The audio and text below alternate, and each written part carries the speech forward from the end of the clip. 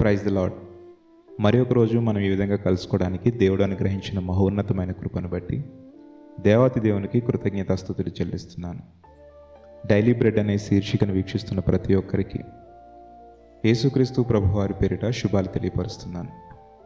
ఈరోజు అపోస్తులుడైన పౌలు ఫిలిప్పి సంఘానికి రాస్తూ 4వ అధ్యాయం 4వ వచనంలో ఒక మాట అంటారు, ఎల్లప్పుడూ ప్రభువునందు ఆనందించుడి, మరలా చెప్పుదును ఆనందించుడి అని. ఈరోజు పరిశుద్ధ గ్రంథం మనతో సూటిగా ఈ విషయం గురించి చెప్తుంది. అంటే ఆనందం, సంతోషం ఎవరిలో ఉంది అన్నది మనం గమనించాలి. ఈరోజు చూడండి, మనం తాత్కాలికమైన సంతోషం కోసం, తాత్కాలికమైన ఆనందం కోసం మనం వెతుకుతూ ఉంటాం.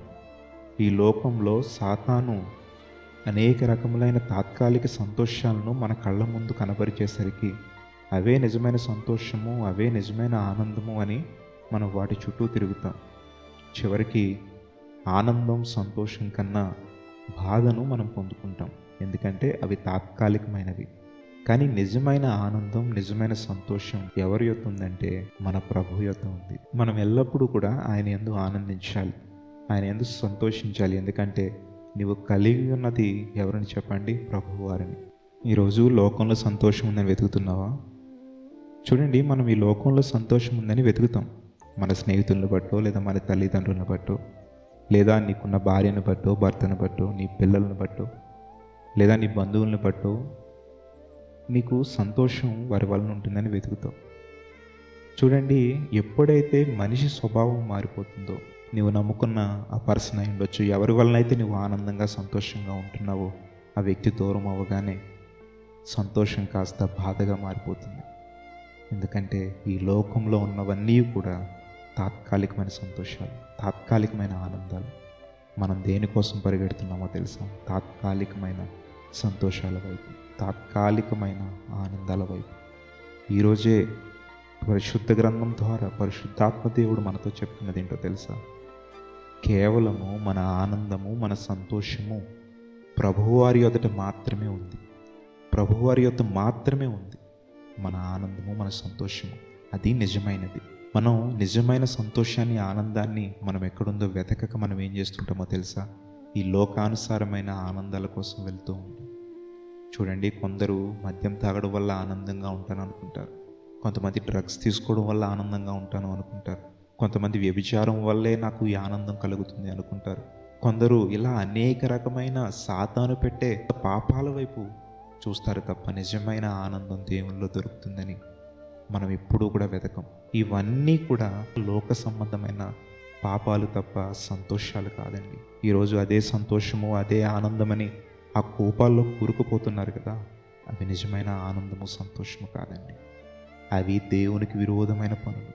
ఆ పాపాలు చేస్తే దేవుడు ఎన్నటికీ కూడా క్షమించడండి. ఎందుకంటే ఒకసారి మనం దేవుని ఎరిగిన తరువాత అట్టి పాపములు మనం చేస్తే దేవుడు ఎన్నటికీ క్షమించడండి. మనం అందులోనే ఆనందం ఉందని, అందులోనే సంతోషం ఉందని మనం పాపాల వైపు మొగ్గు చూపుతున్నాం తప్ప నిజమైన ఆనందం ఇచ్చే దేవుణ్ణి విడిచి తిరుగుతున్నామండి. నిజమైన ఆనందాన్ని ఇచ్చే దేవుణ్ణి మరచి తిరుగుతున్నామండి. ఈ లోక సంబంధమైన పాపాలకు, ఈ లోక సంబంధమైన తాత్కాలిక సంతోషాలకు లోబడిపోయి ఏం చేస్తున్నారండి? సమాజాన్ని పాడు చేస్తున్నారు, తన వ్యక్తిగత జీవితాన్ని పాడు చేసుకుంటున్నారు, తన కుటుంబాలను నాశనం చేసుకుంటున్నారు.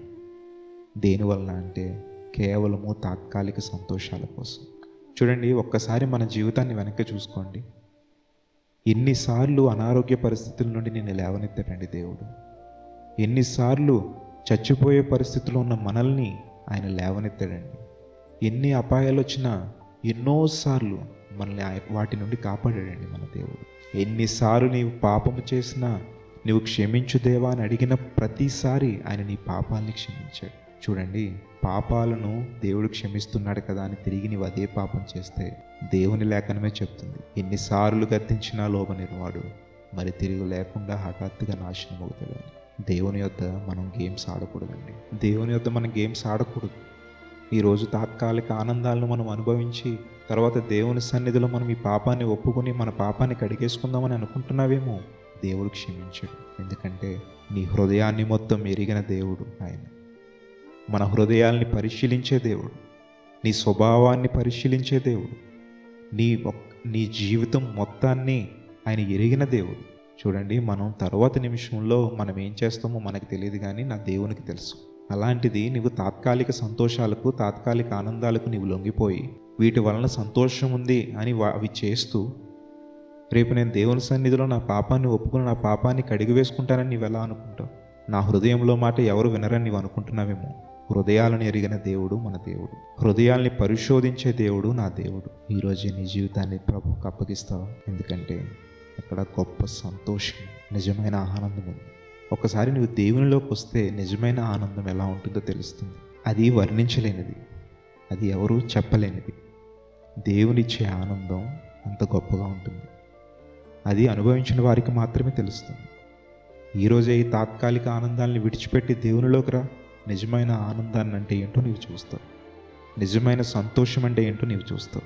అందుకే పౌలు గారు అంటున్నారు, ప్రభువునందు ఆనందించడి. మరలా చెప్తున్నాను, ప్రభువునందు ఆనందించడి.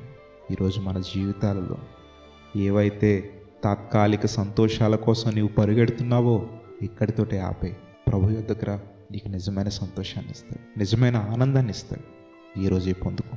ప్రార్థిద్దామా? మహాపరిశుద్ధుడును ప్రేమ కలిగిన మా తండ్రి, నీ ఘనమైన నామమునకు వందనములు, స్తుతులు, స్తోత్రములు చెల్లిస్తున్నాము దేవా. ఏమిచ్చి నీ రుణము తీర్చుకోగలము తండ్రి? సమస్త మహిమ, ఘనత, ప్రభావమును నీకు మాత్రమే ఆరోపిస్తున్నాము దేవా. పరిశుద్ధుడా, నీకు స్తోత్రము. నీవే తోడుని నడిపించండి తండ్రి.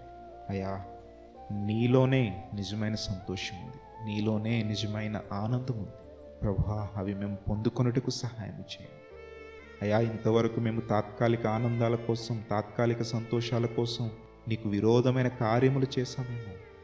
దయచేసి మమ్మల్ని క్షమించండి. ఈరోజు నిజమైన ఆనందం మాకు ఎక్కడ దొరుకుతుందో, నిజమైన సంతోషం మాకు ఎక్కడ దొరుకుతుందో ప్రభువా, ఈరోజు మీరు మాతో మాట్లాడారు.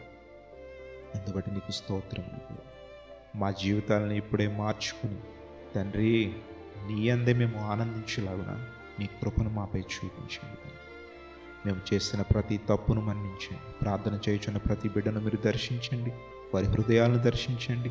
ఇప్పటి వరకు వారు చేసిన ప్రతి పాపమును నీ సన్నిధిలో ఒప్పుకుంటున్నారు తండ్రి, క్షమించండి అయా. నీవే వారిని దీవించి ఆశీర్వదించమని మహిమ, ఘనత, ప్రభావమును నీకు మాత్రమే ఆరోపిస్తాం.